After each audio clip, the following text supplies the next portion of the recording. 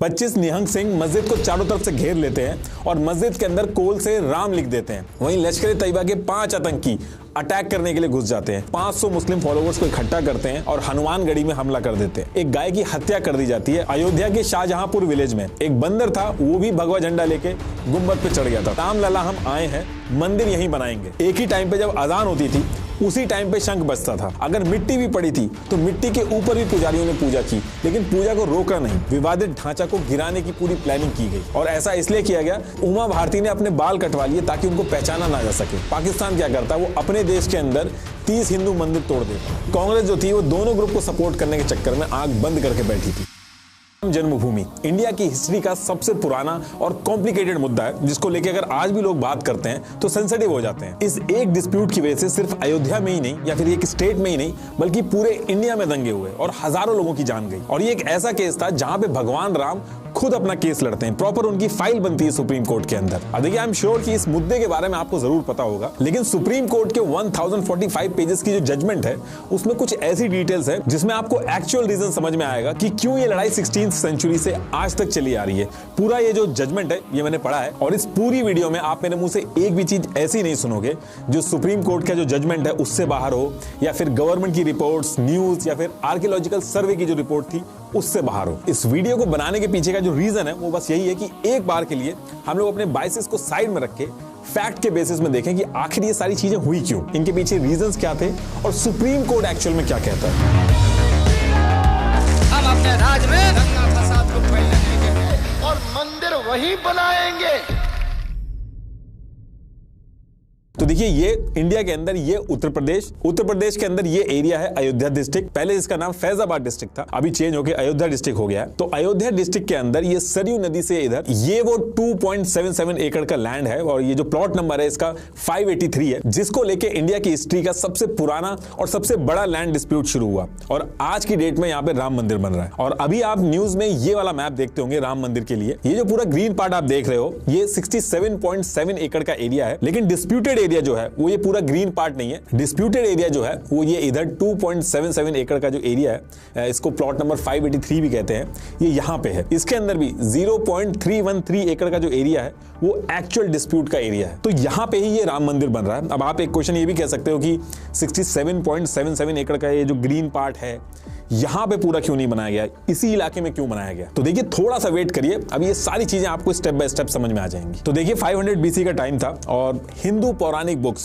जैसे रामायण हो गई, भविष्य पुराण हो गए, इनफैक्ट लोमेश रामायण जो थे उनकी स्क्रिप्ट्स हो गई, इन सब की डिटेल्स को अगर जोड़ें तो जो अयोध्या था वो किंगडम ऑफ कौशला की कैपिटल थी। तो अब यहां से होता क्या है कि भगवान राम के बेटे महाराजा कुश जो थे वो अपने फादर भगवान राम के जन्म स्थान पे सबसे पहले अयोध्या में राम मंदिर बनवाते हैं और फिर इसके बाद पीढ़ी दर पीढ़ी इनके जो वंशज थे उन्होंने राज किया इस एरिया में। तो ऐसे कर करके इनकी पीढ़ी से 44 राजा आते हैं जिन्होंने इस एरिया में राज किया और जो आखिरी राजा थे वो थे बृहदबला, जिन्होंने अयोध्या पे राज किया। अब इन्हीं के टाइम पे महाभारत स्टार्ट होती है और महाभारत की लड़ाई में बृहदबला जो थे उनको अभिमन्यु मार देते हैं और जब इनकी डेथ हो जाती है तो इनकी डेथ के बाद अयोध्या और जो राम मंदिर था उसकी हालत बहुत खराब हो जाती है, टूटने जैसी हो जाती है। अब इसके बाद ईयर 57 AD में उज्जैन के जो सम्राट थे महाराजा विक्रमादित्य, ये शिकार के लिए अयोध्या पहुंचते हैं और जब ये अयोध्या पहुंचते हैं तो यहाँ पे संतों से मिलते हैं और जब इनको यहाँ की हिस्ट्री पता चलती है तो बहुत ज्यादा इंप्रेस हो जाते हैं। तो उसके बाद ये क्या करते हैं कि ये राम मंदिर और ये जो पूरा अयोध्या शहर था इसको दोबारा से बनवाते हैं। तो इनके टाइम पे राम मंदिर और पूरे अयोध्या का जो इंफ्रास्ट्रक्चर था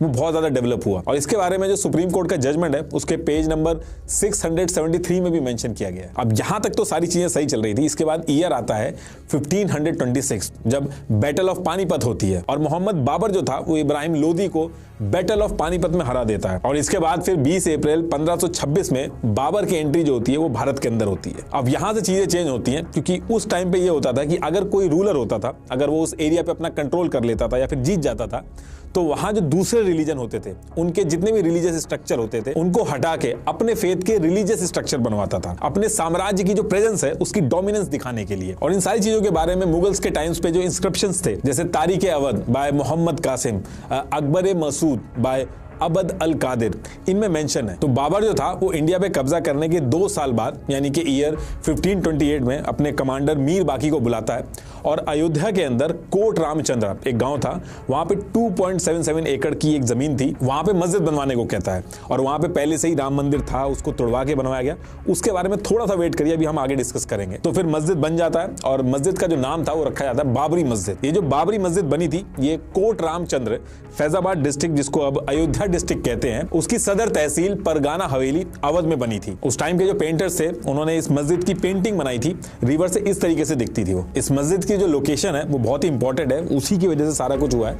तो ये जो लोकेशन है इसको मैं मैप पे भी दिखा देता हूँ। ये मैप कोर्ट में यूज हुआ था। ये मैप में ये जो X, Y और Z लिखा है ये यहाँ पे मस्जिद बनवाई गई थी। ये सीता रसोई और ये राम चबूतरा इसमें क्यों लिखा हुआ है ये सब आएगा अभी आगे। अब जब ये बाबरी मस्जिद उस टाइम पे बनाई गई थी तो जो गांव के आसपास के जो लोकल लोग थे उन्होंने दबी आवाज में अपनी नाराजगी दिखाई थी कि रामलला की जन्मभूमि है, लेकिन उस टाइम पे कुछ हुआ नहीं था। अब देखिए क्या होता है कि जो मुगल्स थे वो पीढ़ी दर पीढ़ी रूल कर रहे थे इंडिया के अंदर और ईयर 1857 तक मुगल्स का जो एरा था वो खत्म होने की कगार पे था। और इस टाइम पे एक चीज हुई थी जो इस केस के लिए बहुत ही इंपॉर्टेंट थी कि 7 अंग्रेज थे जो इंडिया के नॉर्दर्न और वेस्टर्न पार्ट में ट्रैवल करने आए थे और वो अपने ट्रैवल नोट्स बनाते थे। उन ट्रैवल नोट्स में वो अयोध्या के बारे में लिखा करते थे, राम मंदिर और कैसे लोग वहां पे पूजा करते हैं, इन सारी चीजों के बारे में लिखते थे। विलियम फॉस्टर ने अपनी book early travels in India में इस बारे में मेंशन किया और जजमेंट के भी पेज नंबर 663 में इसके बारे में आपको मिलेगा। ये वो 7 ट्रैवलर्स थे जिन्होंने अयोध्या में ट्रैवल करते टाइम कुछ नोट्स लिखे थे। ये कुछ स्टेटमेंट्स हैं, आप पॉज करके पढ़ लेना, जो ट्रैवल करते टाइम इन्होंने लिखी थी। इसमें जोसेफ टाइफन हेलर और विलियम फिंच का जो ट्रैवल नोट था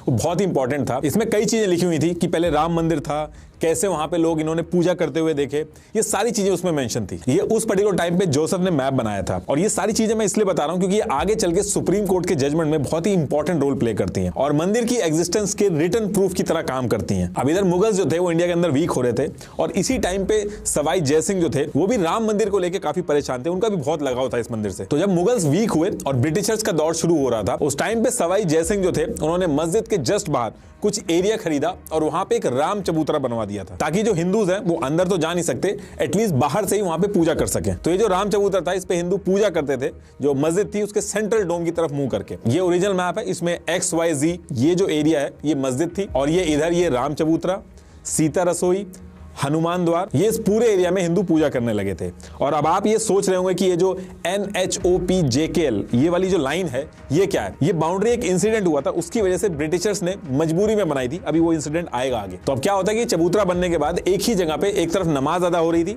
और दूसरी तरफ भगवान राम की पूजा हो रही थी। अब इसके बाद मुगल्स जो थे उनका दौर खत्म हो चुका था और ब्रिटिशर्स आ चुके थे इंडिया के अंदर। तो जब ब्रिटिशर्स आए तो इंडिया का जो ग्रुप था वो राम मंदिर को लेकर अपनी बात उठाने लगा। वो ये कहने लगे कि ये जो मस्जिद है इसकी जगह पे पहले राम मंदिर हुआ करता था और इसको लेके जो ब्रिटिशर्स थे उनको लोकल जो जनता थी वो बहुत ज्यादा परेशान करने लगी थी। तो ईयर 1838 में ब्रिटिशर्स ने अपने एडमिनिस्ट्रेटर रॉबर्ट मॉन्टगोमेरी मार्टिन जो थे उनको अपॉइंट किया और उनसे कहा कि आप इस एरिया का सर्वे करो और ये बताओ कि पहले यहाँ पे क्या था और एक रिपोर्ट सबमिट करो इससे रिलेटेड। अब मार्टिन अपना सर्वे पूरा करते हैं और 3 पार्ट में अपनी रिपोर्ट बनाते हैं। इसमें मार्टिन ने बताया कि जो डिस्प्यूटेड लैंड है जिसमें हिंदू और मुस्लिम लड़ रहे हैं, अभी जहां पे मस्जिद है इस पे पहले एक मंदिर था और इन्होंने कहा कि मंदिर तो था लेकिन मस्जिद जो बनाई गई है वो मंदिर को तोड़ के बनाई गई है या प्लेन एरिया पे बनाई गई है, इसके बारे में कुछ नहीं कहा जा सकता। और एग्जैक्ट लैंग्वेज क्या उन्होंने यूज करी थी ये आप पॉज करके एक बार पढ़ लेना। जजमेंट के पेज नंबर 669 से 671 में मिल जाएगी आपको। अब ये जो रिपोर्ट आती है इसको सुन के जो लोकल लोग थे वो अपनी आवाज और ज्यादा उठाते हैं। उनका ये कहना था कि रामलला की जन्मभूमि है उसके ऊपर ये बाबरी मस्जिद बनाई गई है। तो ये सारी बातें चलती रहती हैं और इसके बाद ईयर आता है 1853। राम जन्मभूमि से थोड़ी दूर पे ही हनुमानगढ़ी थी जिसको बैरागी संत संभालते थे जो निर्मोही अखाड़ा से बिलोंग करते थे। तो मार्टिन की रिपोर्ट आने के बाद एक अनरेस्टाई एरिया में इसके कुछ टाइम बाद हनुमानगढ़ी के जो साधु थे वो कहते हैं कि इस मस्जिद को राम मंदिर तोड़ के बनाया गया है और इस मस्जिद वाले एरिया पे वो लोग कंट्रोल लेने जाते हैं जिसकी वजह से लड़ाई हो जाती है और ये पहली रिकॉर्डेड लड़ाई थी। इसकी वजह से हिंदू मुस्लिम टेंशन बढ़ जाती है और आने वाले 2 साल तक हिंदू और मुस्लिम के बीच में दंगे चलते हैं। अब इसके 2 साल बाद ईयर 1855 में एक सुन्नी क्लेरिक गुलाम हुसैन कहते हैं ये जो हनुमानगढ़ी है यहाँ पे पहले मस्जिद थी और ये मस्जिद तोड़ के मंदिर बनाया गया है और वो करीब 500 मुस्लिम फॉलोवर्स को इकट्ठा करते हैं और हनुमानगढ़ी में हमला कर देते हैं। लेकिन वहां पे पहले से ही 8000 बैरागी संत जो थे वो पहुंचे हुए थे। काफी लड़ाई होती है और इसमें मुस्लिम पक्ष जो था उसको काफी नुकसान होता है और 75 मुस्लिम्स की जान चली जाती है। इसके बारे में सर्वपल्ली गोपाल की book anatomy of a confrontation उसमें इसके बारे में मेंशन है और जजमेंट के पेज नंबर 675 में भी इसके बारे में मेंशन है। तो इन दंगों की वजह से काफी अनरेस्ट हो गया था और ब्रिटिशर्स जो थे वो भी इन सारी चीजों से बहुत परेशान हो गए थे। तो उन्होंने क्या किया कि ये जो विवादित लैंड था इसको हिंदू और मुस्लिम्स के बीच में बांट दिया। अब ब्रिटिशर्स को ऐसा लग रहा था कि इससे चीजें कंट्रोल में आ जाएंगी, लेकिन ऐसा होता नहीं है। तो ईयर 1857 में ब्रिटिशर्स क्या करते हैं कि ये जो विवादित एरिया था इसको डिवाइड करने के लिए ग्रिल और ब्रिक्स का यूज करके 6 से 7 फीट की एक वॉल बना देते हैं। ये जो मैप के अंदर NHOPJKL वाली लाइन आप देख रहे हैं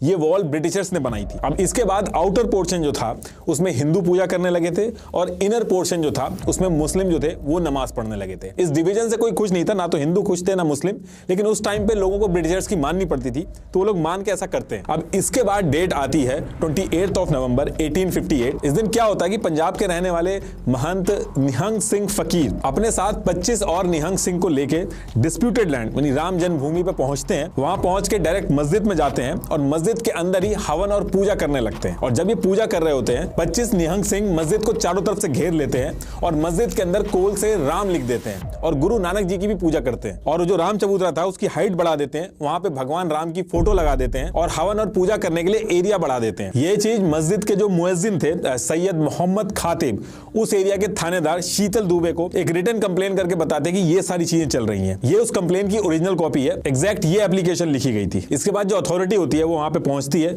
निहंग सिंह जो थे उनको वहां से बाहर निकाल देती है, बीच बचाव करती है। लेकिन जो कन्फ्लिक्ट था वो रुकने का नाम ही नहीं ले रहा था। एक ही टाइम पे जब अजान होती थी उसी टाइम पे शंख बजता था, जिससे डे बाय डे टेंशन बढ़ती जा रही थी और back to back complaints file होनी थी दोनों तरफ से। इसके बाद ईयर आता है 1877। इसमें हिंदू कहते हैं कि जो आउटर पोर्शन है ये तो हमारा है, हम चाहते हैं कि जो सिंह द्वार है इसको खोल दिया जाए। अभी जो एक तरफ से एंट्री होती है इसकी वजह से दिक्कत होती है, तो 2 तरफ से एंट्री होगी। तो अथॉरिटी जो थी वो ये बात मान जाती है। तो अब ये जो विवादित एरिया है यहाँ की जो एंट्री है वो 2 तरफ से होने लगी। अब इसके 6 साल तक चीजें कंट्रोल में रहती हैं। लेकिन इसके बाद ईयर आता है 1983। अब जो राम चबूतरा था उसके जो पुजारी थे महंत रघुवर दास वो परमिशन मांगते कि ये जो राम चबूतरा है इसका मैं महंत हूं और यहां मैं इतने टाइम से पूजा कर रहा हूं, मैं यहां पे 17 बाय 21 फीट का एक मंदिर बनाना चाहता हूं। लेकिन 19 जनवरी 1885 को डेप्यूटी कमिश्नर जो थे इस चीज को भी रोक देते हैं। उनको ऐसा लगता है कि इस चीज से भी दंगे भड़क सकते हैं, तो इस चीज को भी अलाउ नहीं किया जाता। लेकिन महंत का कहना था कि जो आउटर पोर्शन है ये तो हमारा, आपने हमें ही दे दिया है, तो यहां पे कंस्ट्रक्शन कराने में क्या दिक्कत है। अब इस चीज से गुस्सा होकर इसके 5 दिन बाद 27 जनवरी 1885 को महंत रघुवर दास जो राम चबूतरा के पुजारी थे वो कोर्ट में केस कर देते हैं। लेकिन 18 मार्च 1886 को डिस्ट्रिक्ट जज जो थे इस अपील को डिसमिस कर देते हैं। वो कहते हैं कि जो स्थिति अभी बनी हुई है उसको वैसे ही बने रहने दीजिए वरना अशांति हो जाएगी। लेकिन इसके बाद फिर से 1 नवंबर को अपील करते हैं। लेकिन इस बार कोर्ट कहता है कि जो महंत रघुवर दास हैं इनकी कोई ओनरशिप नहीं है इसके ऊपर, ये पूजा करते हैं लेकिन इनका कोई हक नहीं है उस पर, इसलिए वो कंस्ट्रक्शन नहीं करवा सकते। अब इधर ये सारी छोटी छोटी चीजें चल रही थी। लेकिन इसके बाद डेट आती है 27 मार्च 1934। इस पर्टिकुलर टाइम पे एक गाय की हत्या कर दी जाती है अयोध्या के शाहजहांपुर विलेज में। बहुत ज्यादा दंगे होते हैं, ये छोटे लेवल पे नहीं बहुत बड़े लेवल पे दंगे होते हैं। इसमें लोग इतना ज्यादा गुस्सा हो जाते हैं कि मस्जिद के ऊपर अटैक कर देते हैं। इस अटैक की वजह से मस्जिद की जो वॉल थी वो तोड़ देते हैं लोग और जो डोम था उसको डैमेज कर देते हैं। लेकिन ब्रिटिश इंडिया गवर्नमेंट जो थी इसको दोबारा से सही करवा देती है। अब ये जो इंसिडेंट हुआ था इसके बाद मुस्लिम जो थे वो भी सिक्योर फील नहीं कर रहे थे। और दूसरी चीज मुस्लिम्स का मानना था कि वहीं पे पूजा हो रही है, उसी जगह पे लोग जाके नमाज पढ़ रहे हैं, तो शरीयत के अगेंस्ट में ये चीज जाती है कि इस तरीके से नमाज करना सही नहीं है। तो मुस्लिम जो थे वो वहां पे नमाज करने को अवॉइड करते हैं। लेकिन आउटर पोर्शन जो था जो हिंदुओं को मिला हुआ था वहां पे प्रॉपर पूजा होती थी, भजन होता था, सारी चीजें होती थी। अब इसके बाद ईयर आता है 1947, हमारा देश आजाद हो जाता है। और इसके 2 साल बाद दिसंबर 1949 को अखिल भारतीय रामायण महासभा, ये अपने जो हिंदू वाला एरिया था जो आउटर पोर्शन था यहाँ पे 9 दिन का रामचरितमानस का पाठ रखते हैं। और जब ये पाठ खत्म होने वाला होता है तो रात होती है 22 दिसंबर की रात को मस्जिद के अंदर रामलला की मूर्ति रख देते हैं। और अगले दिन सुबह यानी कि 23 दिसंबर 1949 को बहुत सारे हिंदुओं की लाइन लग जाती है दर्शन करने के लिए। लोग कहते हैं कि यहाँ पे रामलला प्रकट हुए हैं। लेकिन मुस्लिम जब ये सारी चीजें देखते हैं तो 29 दिसंबर 1949 को सुन्नी सेंट्रल वक्फ बोर्ड FIR रजिस्टर कर देता है। यहां से मुस्लिम्स की तरफ से कोई इंडिविजुअल कंप्लेन नहीं कर रहा था या फिर केस में नहीं जा रहा था, बल्कि सुन्नी सेंट्रल वक्फ बोर्ड जो था वही लड़ाई लड़ता है। तो ये लोग कंप्लेन में कहते हैं कि ये जो हिंदू पक्ष है ये झूठ बोल रहा है, रामलला प्रकट नहीं हुए, बल्कि इन लोगों ने खुद ही मूर्ति रख दी है ताकि उस एरिया का, यानी जो मस्जिद का जो सेंट्रल डोम है, वहां पे पोजीशन पाने के लिए। अब दोबारा से दंगों जैसी सिचुएशन हो जाती है। रामलला की जो मूर्ति थी उसके दर्शन करने दूर दूर से लोग आ रहे थे और जो रूल्स वगैरह थे जो बनाए गए थे वो कोई से भी फॉलो नहीं हो रहे थे। तो गवर्नमेंट क्या करती है कि सिचुएशन खराब ना हो तो जो मस्जिद वाला पार्ट था, जो इनर पोर्शन था, उसको लॉक कर देती है और हिंदू जो थे वो आउटर वाले पोर्शन से दर्शन कर रहे थे और परेशान भी हो रहे थे कि रामलला को जेल में बंद कर दिया। अब इसके बाद होम मिनिस्टर सरदार वल्लभ भाई पटेल और PM जवाहरलाल नेहरू, यूपी के CM गोविंद वल्लभ पंत और यूपी के होम मिनिस्टर लाल बहादुर शास्त्री को कहते हैं कि जो मस्जिद के अंदर रामलला की मूर्ति है इसको हटवा दीजिए। और यूपी के चीफ मिनिस्टर वैसा ही करते हैं, वो ऑर्डर देते हैं मूर्ति को हटवाने का। लेकिन उस टाइम के फैजाबाद के डेप्यूटी कमिश्नर जो थे KK नायर, वो मना कर देते हैं कि वो बिल्कुल भी ऐसा नहीं कर सकते। वो कहते हैं कि आग से खेलने जैसा होगा, चारों तरफ भीड़ है और कोई भी आदमी ऐसी गलती नहीं करेगा कि मूर्ति को उठा के बाहर कर दे। लोग उसको पापी कहेंगे, अटैक भी हो सकता है उसके ऊपर। तो ये कोई सही डिसीजन नहीं है, इससे पूरे शहर में दंगे भी स्टार्ट हो सकते हैं। लेकिन जब उसके बाद भी प्रेशर बनाया जाता है तो KK नायर कहते हैं कि मुझे जॉब ही नहीं करनी है, वो रिजाइन मार देते हैं। तो ये सारी चीजें लेटर के थ्रू डिस्कस हो रही थी और मल्टीपल डिस्कशन के बाद सरकार जो थी वो सिचुएशन को भांप लेती है और वो ये डिसाइड करती है कि मूर्ति को बाहर नहीं निकालेंगे। लेकिन दोनों साइड नाराज ना हो जाए तो इसके लिए 5 जनवरी 1950 को मजिस्ट्रेट से ऑर्डर करवाती है कि इस पूरे एरिया को अब आम जनता के लिए लॉक कर दिया जाए, इनर और आउटर सारे पोर्शंस को बंद कर दिया जाए। और इसमें बस एक चीज की जाती है कि जो पुजारी थे उनको सिर्फ अलाउ किया जाता है कि जो आउटर पोर्शन में राम चबूतरा था वहां पे रामलला की पूजा और भोग लगाने के लिए वो अलाउ कर देती है और जो आम जनता रहती है वो दूर से दर्शन कर सकती है। और इसके बाद ये डिसाइड होता है कि इनर पोर्शन किसका है, आउटर पोर्शन किसका है, किसकी गलती है, मालिकाना हक किसका है, ये सारी चीजें अब कोर्ट से डिसाइड होंगी। और जब तक कोर्ट से फैसला नहीं आ जाता सारी चीजें ऐसे ही चलेंगी। अब ये सारी चीजें देख के 16 जनवरी 1950 को गोपाल सिंह विशरद फैजाबाद कोर्ट में केस फाइल करते हैं कि मैं पूजा करना चाह रहा हूं और मुझे पूजा नहीं करने दी जा रही है, वो भी उस पोर्शन में जो ऑलरेडी हम लोगों का। इसी के साथ साथ 1959 में निर्मोही अखाड़ा जो था वो भी एक अलग से केस फाइल कर देता है। तो ये सारी चीजें देख के कोर्ट इन सब चीजों को सीरियसली लेता है और एक ऑर्डर देता है कि जो पूरा विवादित एरिया है इसका एक ऑफिशियल मैप रेडी किया जाए। ये ऑर्डर 1 अप्रैल 1950 को दिया जाता है और 25 जून 1950 को लोकल कमिश्नर जो था इस पूरे एरिया के 2 साइड प्लान सबमिट करता है। एक तो ये मैप और दूसरा ये बिल्डिंग के साथ विद लोकेलिटी ये मैप देते हैं। अब जब ये डिसाइड होता है कि इसका सारा का सारा फैसला जो है वो कोर्ट से डिसाइड होगा तो बैक टू बैक केस डाले जाते हैं। हिंदू पक्ष कहता है कि हमें अंदर जाके रामलला की पूजा करने दी जाए और मुस्लिम पक्ष जो था वो ये कहता है कि जो मूर्ति है इसको मस्जिद से बाहर निकाला जाए। कोर्ट के अंदर ये जो मस्जिद वाला एरिया था उसको विवादित ढांचा बोला गया और जो बाकी पूरा का पूरा लैंड था उसको विवादित एरिया बोला गया। मुस्लिम्स की तरफ से सुन्नी वक्फ बोर्ड जो था वो केस लड़ रहा था। उनका कहना था कि ये जो मस्जिद है ये बाबर ने बनाई थी, बाबर एक सुन्नी था और उस हिसाब से जो जमीन है वो सुन्नी सेंट्रल वक्फ बोर्ड को बिलोंग करती है। अब ये जितने भी लोग केसेस कर रहे थे ये सारे केसेस इकट्ठे करके हाई कोर्ट में एक साथ ट्रांसफर कर दिए जाते हैं। लेकिन डिले बहुत हो रहा था इस पूरे प्रोसेस में क्योंकि फैसला आना ही अपने आप में हार्मोनी खराब कर देता था पूरे शहर की। अब जो हिंदू संगठन थे जैसे VHP, RSS वो इन सारी चीजों से खुश नहीं थे। उनको लगा कि ऐसे तो कभी जमीन मिलेगी ही नहीं, तो ये लोग इसके लिए अलग अलग टीम बना के काम स्टार्ट कर देते हैं। अब इसी बीच में ईयर 1980 में जो जनता पार्टी थी वो डिसॉल्व होकर एक नई पार्टी बनती है जिसका नाम था BJP। अब इसके बाद अप्रैल 1984 में VHP एक कैंपेन स्टार्ट करती है ताकि ऑल ओवर इंडिया से ये राम मंदिर बनाने की जो मुहिम है ये बहुत तेज हो जाए। तो VHP जो थी वो इंडिया के अंदर अलग अलग हिस्सों में रथ यात्रा निकालने का प्लान बनाती है ताकि पूरे देश का सपोर्ट मिले। और इसमें भी ये प्लान था कि ये लोग स्पीचेस देंगे जगह जगह जाके और इस पूरे मुद्दे को इंडिया के कोने कोने तक पहुंचाएंगे ताकि गवर्नमेंट के ऊपर प्रेशर बने। तो इनका प्लान जो था वो सितंबर 1984 में रथ यात्रा करने का था। लेकिन इंदिरा गांधी जी की डेथ हो जाती है और देश का जो माहौल था वो काफी खराब हो जाता है, तो ये जो यात्रा थी वो रोक दी जाती है। इसी बीच इलेक्शन होते हैं और पहली बार BJP इलेक्शन में खड़ी होती है। इनफैक्ट BJP का जो पहला मैनिफेस्टो था उसमें राम मंदिर के बारे में नहीं था। तो इलेक्शन होता है और पहली बार BJP खड़ी हुई थी तो इनकी परफॉर्मेंस इतनी अच्छी नहीं रहती है, सिर्फ 2 सीटें मिलती हैं इनको। और इसी वजह से अटल बिहारी वाजपेयी को हटा के लाल कृष्ण आडवाणी जो थे उनको पार्टी का प्रेसिडेंट बना दिया जाता है। अब इसके बाद नेक्स्ट ईयर अक्टूबर 1985 में VHP इंडिया के अंदर 25 जगह पे दोबारा से रथ यात्रा स्टार्ट करती है और जगह जगह से लोगों का भारी सपोर्ट मिलता है VHP को, जिसको देख के हर कोई सरप्राइज हो जाता है। और यही वो टाइम था जब लाल कृष्ण आडवाणी ने BJP को राम मंदिर के मुद्दे से जोड़ा। तो अब राम मंदिर बनवाने के लिए RSS, BJP, VHP एक साथ सामने आ रहे थे और लोगों का भारी सपोर्ट मिल रहा था। और सेम ईयर 1985 में कांग्रेस भी फंसती है जब शाह बानो केस का जो सुप्रीम कोर्ट का फैसला था वो आता है। उस फैसले से कई सारे मुस्लिम ग्रुप्स जो थे वो बहुत गुस्से में थे। ये गुस्सा इतना ज्यादा था कि प्राइम मिनिस्टर राजीव गांधी जो थे वो संभाल नहीं पा रहे थे इसको। तो उन्होंने क्या किया कि एक कानून बना के सुप्रीम कोर्ट का जो फैसला था शाह बानो केस के लिए उसको पलट दिया था। अब जैसे ये हुआ तो राजीव गांधी के ऊपर एलिगेशन लगे कि ये मुस्लिम अपीसमेंट की पॉलिटिक्स कर रहे हैं। पूरा जो हिंदू बेल्ट था अब उसमें बीजेपी और वीएचपी की बातें ज्यादा हो रही थी। इसके साथ साथ 25 जनवरी 1986 को लॉयर उमेश चंद पांडे जो थे इन्होंने अपील कर दी थी कि रामलला की जो पूजा करने के लिए हिंदुओं के ऊपर रिस्ट्रिक्शन लगी है उसको हटा दिया जाए। तो इसको लेके लोगों में भी बहुत हल्ला होने लगता है, गवर्नमेंट भी प्रेशर में आती है। तो ये सारी चीजें जो हो रही थी इसी बीच में अचानक से हाई कोर्ट के जज ऑर्डर दे देते हैं कि हिंदुओं के दर्शन के लिए रामलला के जो गेट है उसको खोल दिया जाए। अब ये जो फैसला है ये तो बहुत नॉर्मल है, लेकिन इस फैसले को लेके बहुत ज्यादा हल्ला होने लगता है क्योंकि जिस तरीके से इसको लागू किया गया था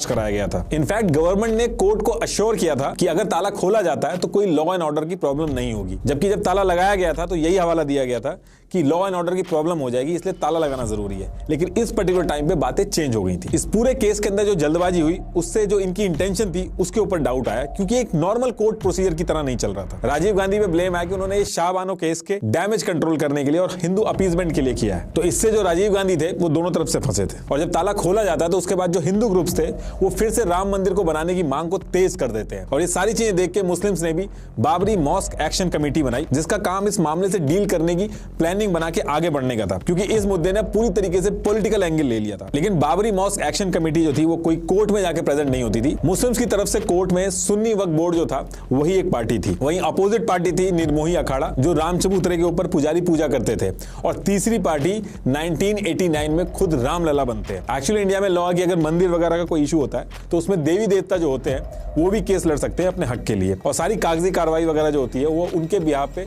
उनका कोई भक्त कर सकता है। तो ईयर 1989 में देवकी नंदन अग्रवाल जो कि फॉर्मर जज भी थे और वीएचपी के लीडर भी थे, वो रामलला की तरफ से सारा डॉक्यूमेंटेशन वगैरह करते हैं और इनकी डेथ के बाद त्रिलोकीनाथ पांडे केस लड़ते हैं। तो कहने का मतलब यह है कि इसको लेके केसेस तो बहुत फाइल हुए, लेकिन मेन जो पार्टी थी वो तीन थी, सुन्नी वक्फ बोर्ड, निर्मोही अखाड़ा और रामलला खुद, जिनका नाम कोर्ट में रामलला विराजमान के नाम से लिया जाएगा। अब ताला खुलने के बाद ईयर 1989 फरवरी में कुंभ का मेला था और इसमें ऐलान कर दिया गया था कि बहुत हो गया, अब 9 महीने बाद 9 नवंबर 1989 को शिलान्यास होगा, मतलब कि एक फाउंडेशन स्टोन जो है वो रख दिया जाएगा विवादित एरिया पे। एक तरह से सिंबॉलिक एक्ट की तरह माना जाता है, जिसका मतलब है कि यहाँ पे अब कंस्ट्रक्शन स्टार्ट होगा। तो ये जो चीज थी वो गांव-गांव में वीएचपी ने प्रमोट की, लोगों ने शिला पूजन किया जिसमें लोग ईंट पे राम लिख के अयोध्या ले जाने लगे कि इन ईंटों का यूज करके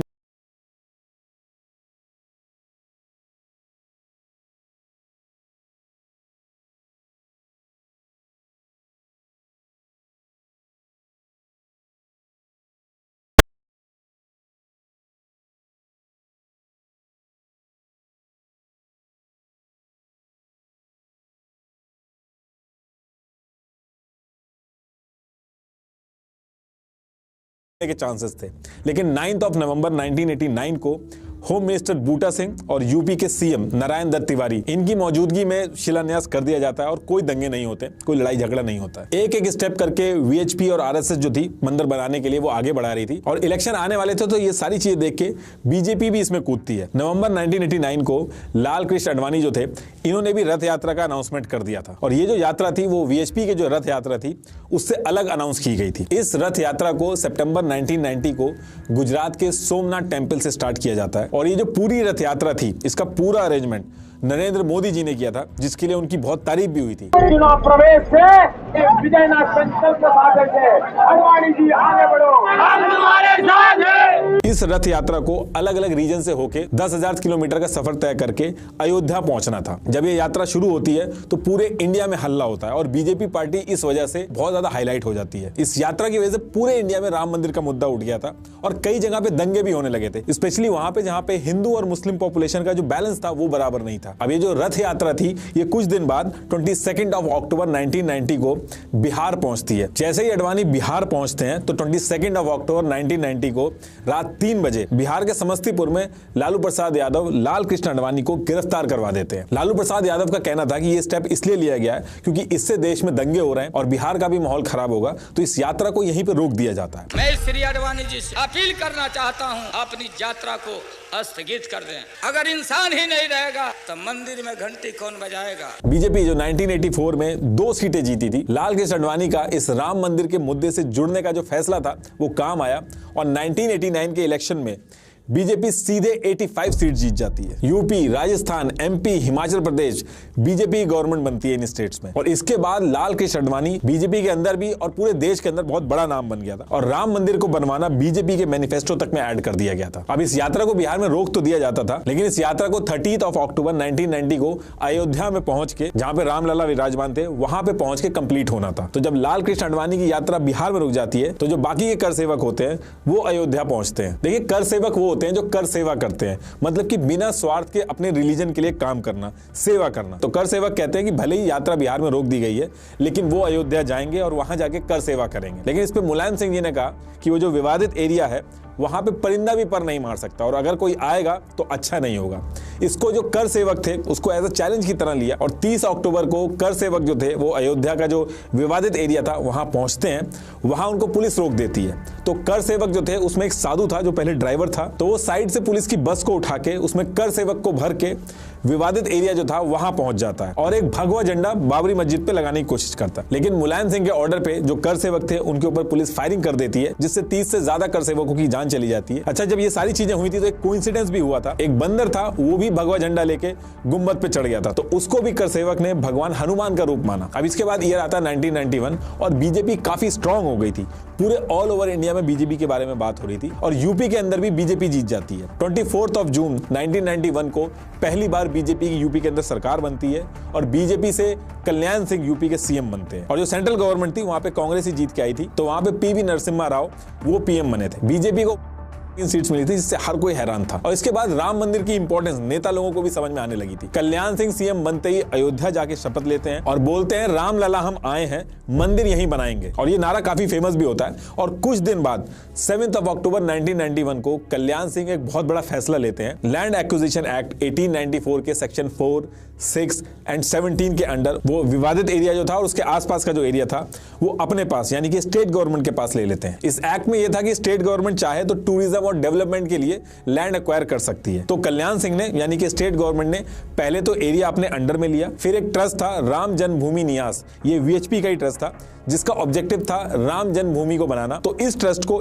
1 रुपए की लीज में ये पूरी जमीन दे दी जाती है और ऐसा बोला गया कि इस एरिया में श्री राम कथा पार्क बनाया जाएगा टूरिज्म और डेवलपमेंट के लिए। लेकिन इसके तुरंत बाद मुस्लिम ग्रुप जो थे वो कोर्ट पहुंच जाते हैं कि ये लोग मनमानी कर रहे हैं, ये अनकॉन्स्टिट्यूशनल है। तो इसके बाद हाई कोर्ट जो थी इस फैसले के ऊपर स्टे लगा देती है और ये जो जमीन वगैरह लीज पे दी गई थी ट्रस्ट को, उस पे होल्ड लग जाता है। और इसमें कोर्ट एक चीज और करता है कि इस जमीन के ऊपर कोई भी कंस्ट्रक्शन अलाउड नहीं होगा, मतलब एक छोटा सा भी कंस्ट्रक्शन इस विवादित एरिया के ऊपर कोई नहीं बनवा सकता, क्योंकि दोनों ग्रुप्स की तरफ से अलग अलग ट्रिक्स खेल के पोजीशन लेने की कोशिश की जा रही थी। ये लोग पैसा लगा लगा के आसपास के जो लैंड थे, जो विवादित एरिया था उसके आसपास का जो लैंड था वो सब भी खरीदे थे और इसके लिए बहुत सारे लोग फंड और डोनेशन भी दे रहे थे। अब इसके बाद ईयर शुरू होता है 1992 और कल्याण सिंह यानी कि बीजेपी की सरकार थी। जनवरी 1992 को पहली चीज ये होती है कि जो विवादित एरिया था उसके आसपास बैरियर लगाए हुए थे, तो उन बैरियर्स को हटा दिया जाता है। इससे पहले किसी का भी उस एरिया में बिना परमिशन के आना उतना आसान नहीं था, लेकिन जब ये बैरियर हट जाते हैं तो वहां आना जाना और पॉसिबल हो जाता है। तो ईयर के स्टार्टिंग में इन बैरियर्स को हटा दिया जाता है और फेब के मंथ में आरएसएस, बीजेपी, वीएचपी और बजरंग दल एक मीटिंग करते हैं। अभी जो मीटिंग थी इसको लेके कई चीजें बोली गई।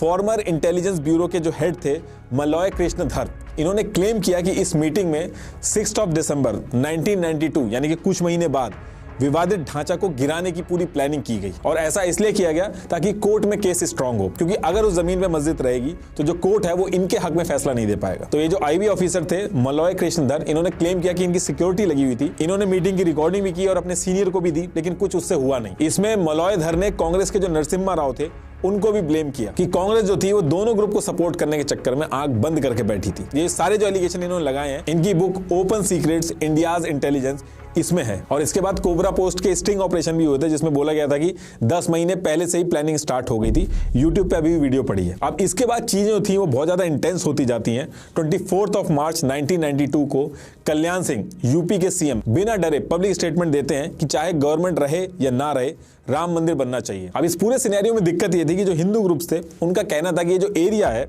उसमें वहां पे उनको कंस्ट्रक्शन करके पूजा तो करने दी जाए, लेकिन कोर्ट से ऑर्डर ही नहीं थे, वहां पे कंस्ट्रक्शन ही नहीं हो सकता था। 7 जुलाई 1992 को पहली बार पब्लिकली लोगों तक वीएचपी ने अपनी बात पहुंचाई और इनडायरेक्टली कहा कि अगर कंस्ट्रक्शन नहीं किया जा सकता तो विवादित ढांचा गिराया तो जा सकता है, उस पर तो कोर्ट ने कुछ नहीं कहा।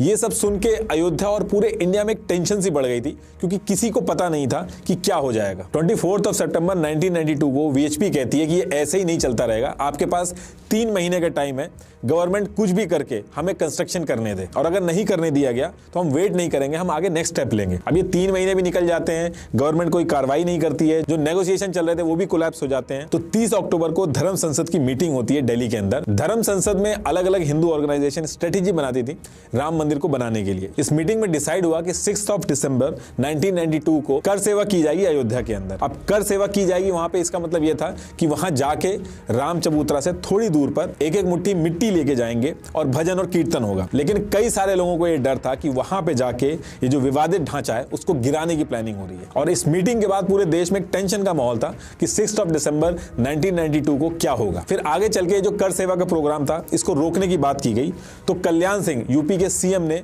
सुप्रीम कोर्ट में एप्लीकेशन दी और यूपी विधानसभा में गारंटी ली कि खाली कर सेवा होगी और मस्जिद को कुछ नहीं होगा। और उन्होंने ये भी चीज ऐड करी कि ऐसे टाइम पे अगर हम कर सेवा को रोकेंगे तो दंगे और उल्टा भड़क जाएंगे। अब ये सारी चीजें करने के बाद कल्याण सिंह ने क्या किया, उन्होंने राइटिंग में सिक्योरिटी को बोला कि किसी भी सिचुएशन में कर सेवक के ऊपर गोली नहीं चलनी चाहिए। प्रकाश सिंह जो डीजीपी थे उन्होंने कहा कि यूपी गवर्नमेंट ऐसे ऑफिसर्स लगा रही थी मंदिर के आसपास जो उनके हिसाब से चले। सरकार का यह प्रयास था अयोध्या और उसके आसपास ऐसे अधिकारी लगे जो उनके कहने के अनुसार चल सके। अब 1 दिसंबर 1992 से ही पूरे देश से कर सेवक अयोध्या पहुंचने लगे थे। 1.5 लाख से भी ज्यादा कर सेवक पहुंच गए थे और पूरी अयोध्या जो थी वो एक छावनी की तरह बदल गई थी। और एक दिन पहले यानी कि 5 दिसंबर 1992 को जो भीड़ थी, स्टेज वगैरह बना दिया गया था, उसमें नेता लोग आके भाषण दे रहे थे, जिसमें अटल बिहारी वाजपेयी और लाल कृष्ण आडवाणी जो थे उन्होंने भाषण में कहा कि विवादित एरिया पे कंस्ट्रक्शन नहीं किया जा सकता, लेकिन वहां पे बैठने के लिए उसको समतल तो किया जा सकता है। नुकीले पत्थर निकले,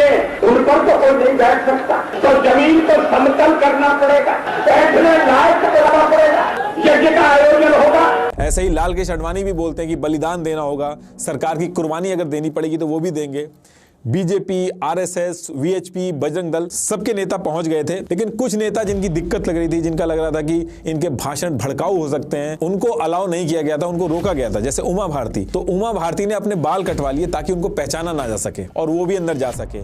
ये प्लान उनका सक्सेसफुल हुआ क्योंकि सच में सिक्योरिटी को शुरू में पता नहीं चल पाता है और वो पंडाल में पहुंच जाती है। अब डेट आती है 6 दिसंबर 1992 की। एक तरफ साइड में जो पंडाल लगे हुए थे, स्टेज लगे हुए थे, वहां पे नेताओं के भाषण चल रहे थे। कर सेवक भी जो थे वो चुपचाप अपना भजन कीर्तन कर रहे थे। लेकिन जैसे ही 11:30 बजते हैं तो जितने भी कर सेवक थे वो विवादित ढांचा जो था उसकी तरफ पहुंचने लगते हैं। फिर 1:55 होते होते पता चलता है कि जो विवादित ढांचा था उसका एक पार्ट गिरा दिया जाता है। फिर 3:30 होते होते दूसरा पार्ट गिरा दिया जाता है और फिर 4:49 PM पे एक ह्यूमन चेन बना के लकड़ी का एक पोल लिया और उससे विवादित ढांचा को गिरा दिया और रामलला की मूर्ति, लक्ष्मण जी की मूर्ति और हनुमान जी की जो मूर्ति थी वो गर्भगृह जो था वहां पे रख दी और टेंट से मंदिर बना दिया। अब इसके थोड़ी देर बाद करीब 6 बजे यूपी के अंदर प्रेसिडेंट रूल लगा दिया जाता है और 6:15 पे यूपी के सीएम जिन्होंने गारंटी ली थी कि ऐसा कुछ नहीं करेंगे वो रिजाइन कर देते हैं और जो लोकल पुलिस थी वो खुद FIR करती है। 2 FIR की जाती हैं, एक लीडर के खिलाफ और एक जो पूरी क्रिमिनल एक्टिविटी हुई थी उसके खिलाफ। अब ये इंसिडेंट तो हो जाता है, लेकिन इस इंसिडेंट के बाद सिर्फ अयोध्या ही नहीं पूरे देश में दंगे होते हैं। मुंबई, अहमदाबाद, गुजरात, दिल्ली, यूपी के state, Bihar, all over India में दंगे होते हैं। 2000 से ज्यादा लोगों की जान चली जाती है और खरबों रुपए की संपत्ति जो है वो बर्बाद हो जाती है। इंडिया के बाहर भी ये बात पहुंचती है और पाकिस्तान क्या करता है, वो अपने देश के अंदर 30 हिंदू मंदिर तोड़ देता है।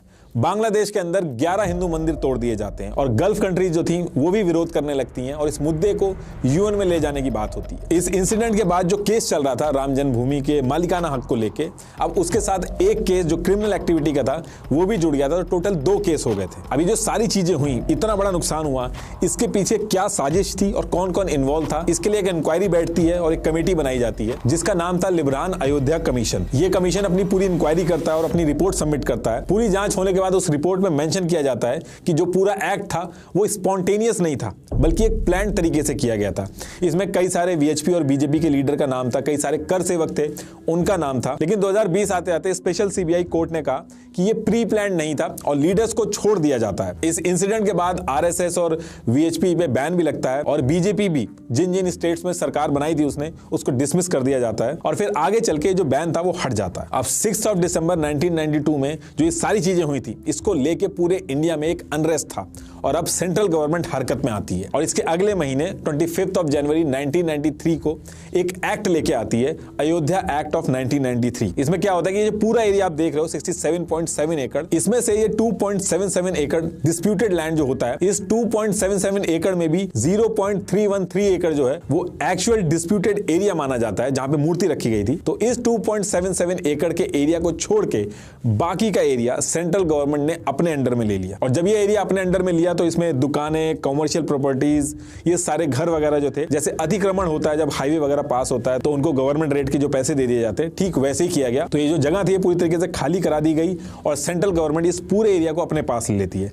ऐसा इसलिए करती है क्योंकि वीएचपी और वक्फ बोर्ड इस एरिया के अंदर पॉलिटिक्स खेल रहे थे। वो विवादित एरिया जो था उसके आसपास की जमीनें खरीद के अपने नाम कर रहे थे और लोग डोनेशन देके इसमें हेल्प कर रहे थे। तो इसके बाद ये जो पूरा एरिया ग्रीन वाला है ये गवर्नमेंट के पास आ जाता है। लेकिन 2.77 ये वाला जो डिस्प्यूटेड एरिया था इस पे अभी कोर्ट को फैसला लेना था। कोर्ट जिसको बोलती ये पर्टिकुलर एरिया उसको मिलता। सेंट्रल गवर्नमेंट इसमें एक चीज और करती है कि जितने भी केस चल रहे थे इस विवादित ढांचे से रिलेटेड इन सबको रद्द कर देती है। लेकिन ये इतना आसान नहीं था, इसके खिलाफ लोग कोर्ट चले गए थे। उन्होंने कहा कि ये अनकॉन्स्टिट्यूशनल है, 2 साल ये केस चलता है और जितने भी केस रद्द किए गए थे इनको दोबारा से स्टार्ट किया जाता है। तो जहां पे सारे लोग पहले खड़े थे वहीं पे आके दोबारा खड़े हो जाते हैं। तो अब इसके बाद ये था कि इसका जो फैसला है वो होना कोर्ट से ही है। तो 2003 में हाई कोर्ट में केस स्टार्ट होता है और सबसे पहले आर्कियोलॉजिस्ट की टीम बुलाई जाती है कि अब जो साइंटिफिक तरीके हैं और जो फैक्ट्स हैं उनको ढूंढा जाने लगता है। तो 12 मार्च 2003 को एएसआई की टीम सर्वे स्टार्ट करती है। पहले जीपीआर सर्वे किया जाता है, मतलब कि ग्राउंड पेनिट्रेटिंग रडार। इसमें बिना कोई गड्ढा खोदे इलेक्ट्रोमैग्नेटिक वेव जो होती हैं वो भेजी जाती हैं, तो उससे पता चलता है कि जमीन के अंदर कुछ है कि नहीं और उसके हिसाब से खुदाई होती है। ऐसा नहीं होता कि एक तरफ से अगर सर्वे स्टार्ट हो गया तो सारी की सारी जमीन खोद दी जाती है। तो पहले जीपीआर सर्वे किया गया था, उसके बाद जहां जहां इमेजेस आई थी वहां पे 6 महीने तक खुदाई चलती है। ट्रांसपेरेंसी के लिए 2 जुडिशियल ऑफिसर्स को रखा जाता है। जितने टाइम सर्वे होता है पूरे टाइम वो लोग वहीं रहते हैं और एक क्लियर इंस्ट्रक्शन रहते हैं कि जीपीआर में भले ही कुछ भी आए लेकिन किसी भी कीमत पे गर्भगृह वाला जो एरिया था जहां पे रामलला विराजमान थे उसको नहीं छेड़ना है, वहां पे खुदाई नहीं करनी है। अब इसके बाद एएसआई की रिपोर्ट आती है। तो पहली चीज इस रिपोर्ट में यह बताई जाती है कि बाबरी मस्जिद के नीचे एक स्ट्रक्चर मिला है लेकिन वो इस्लामिक नहीं है। दूसरी चीज इसमें यह बोली जाती है कुछ ऐसे स्ट्रक्चर मिले हैं जिससे यह लगता है कि पहले यहाँ पे कोई प्राचीन मंदिर रहा हो। और तीसरी चीज एएसआई ये बोलती है कि हम ये तो कंफर्म नहीं कर सकते कि जो बाबरी मस्जिद बनाई गई है वो राम मंदिर को तोड़ के ही बनाई गई है कि नहीं, लेकिन ये कह सकते हैं कि बाबरी मस्जिद को खाली जमीन पे नहीं बनाया गया था। अब इधर ये सारी चीजें चल रही थी, वहीं पे विवादित जमीन जो थी वहीं लश्कर तैयबा के 5 आतंकी अटैक करने के लिए घुस जाते हैं। 5 जुलाई 2005 को टेम्परेरी जो मंदिर बनाया था उस पे ये लोग अटैक करने का ट्राई करते हैं। इसमें एक सिविलियन की जान चली जाती है, कई लोग जख्मी हो जाते हैं, लेकिन सीआरपीएफ इन 5 आतंकियों को मार देती है। अब इसके बाद 2010 में ये सारे प्रूफ देखे जाते हैं, दोनों ग्रुप्स अपनी अपनी दलीलें देते हैं और 2010 में हाई कोर्ट सारी चीजें देखने के बाद अपना फैसला सुनाता है। इस जजमेंट में कोर्ट कहता है कि हाँ उस जगह पे रामलला का जन्म हुआ था और बाबरी मस्जिद के नीचे कोई भी इस्लामिक स्ट्रक्चर से रिलेटेड कोई चीज नहीं मिली है। दूसरी चीज हाई कोर्ट 2.77 जो डिस्प्यूटेड लैंड था उसको 3 पार्ट में बांट देती है और सेंट्रल एरिया जो था वो राम जन्मभूमि न्यास यानी खुद राम भगवान को दिया जाता है। दूसरे हिस्से में राम चबूतरा और जो सीता रसोई थी वो निर्मोही अखाड़ा को दिया जाता है और तीसरा जो बचा हुआ हिस्सा होता है वो सुन्नी वक्फ बोर्ड को दे दिया जाता है। अब ये डिसीजन तो आ जाता है लेकिन इस डिसीजन से कोई भी जो पार्टी थी वो खुश नहीं थी और और इसकी वजह से 2011 में ये लोग सुप्रीम कोर्ट चले जाते हैं। तो जब ये केस सुप्रीम कोर्ट में जाता है तो शुरू के 6 साल तो इस पर सुनवाई नहीं की जाती है।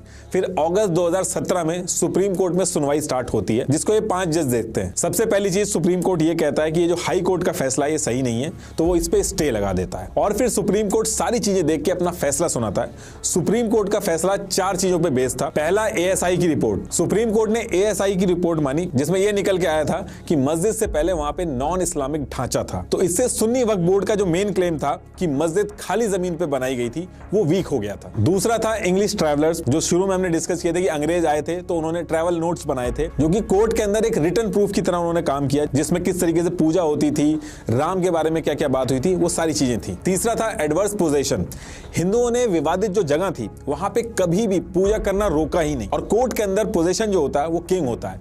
अगर मिट्टी भी पड़ी थी तो मिट्टी के ऊपर भी पुजारियों ने पूजा की, लेकिन पूजा को रोका नहीं। और वहीं दूसरी तरफ मुस्लिम जो थे, वो ईयर 1934 हो या फिर 1949 के बाद से वो वहां पे नमाज पढ़ने गई नहीं। चौथी चीज थी क्रॉस एग्जामिनेशन ऑफ विटनेसेस। जैसे कोर्ट के जजमेंट के पेज नंबर 1029 पे भी पढ़ना आप, उसमें जज विटनेस परमहंस राज से कहते हैं कि आपको ये नहीं लगता कि जो सेंटर एरिया जहां पे आप कह रहे हो कि रामलला का जन्म हुआ है, तो ऐसा नहीं हो सकता कि क्या पता कुछ हाथ साइड में यानी कि लेफ्ट में या फिर कुछ हाथ राइट में वहां पे जन्म हुआ हो। तो वो कहते हैं कि एक उंगली भी इधर उधर नहीं।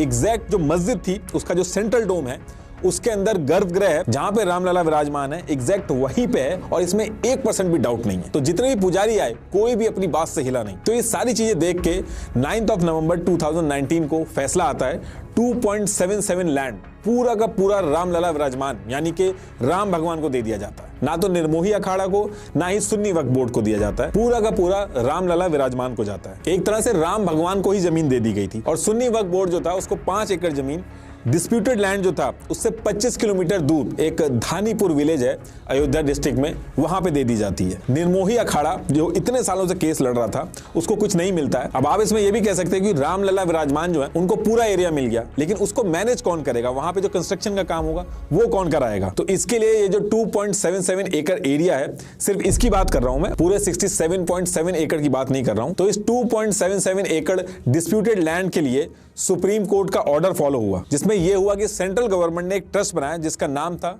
श्री राम जन्मभूमि तीर्थ क्षेत्र।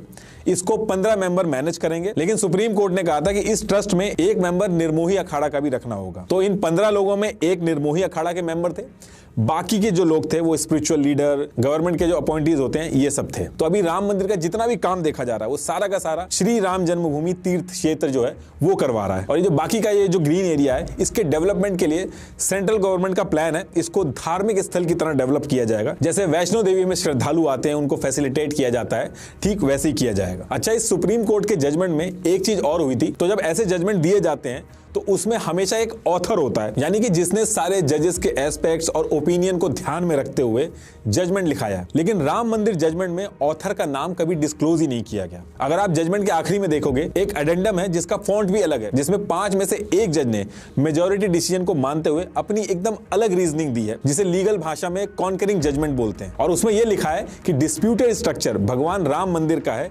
हिंदू बिलीफ्स के हिसाब से। अभी करंट की बात करें तो 5 अगस्त 2020 को प्राइम मिनिस्टर नरेंद्र मोदी जी ने फाउंडेशन स्टोन और भूमि पूजन करवाया था। और अब 2024 में यानी कि इसी 22 जनवरी को यहाँ पे रामलला विराजमान होंगे।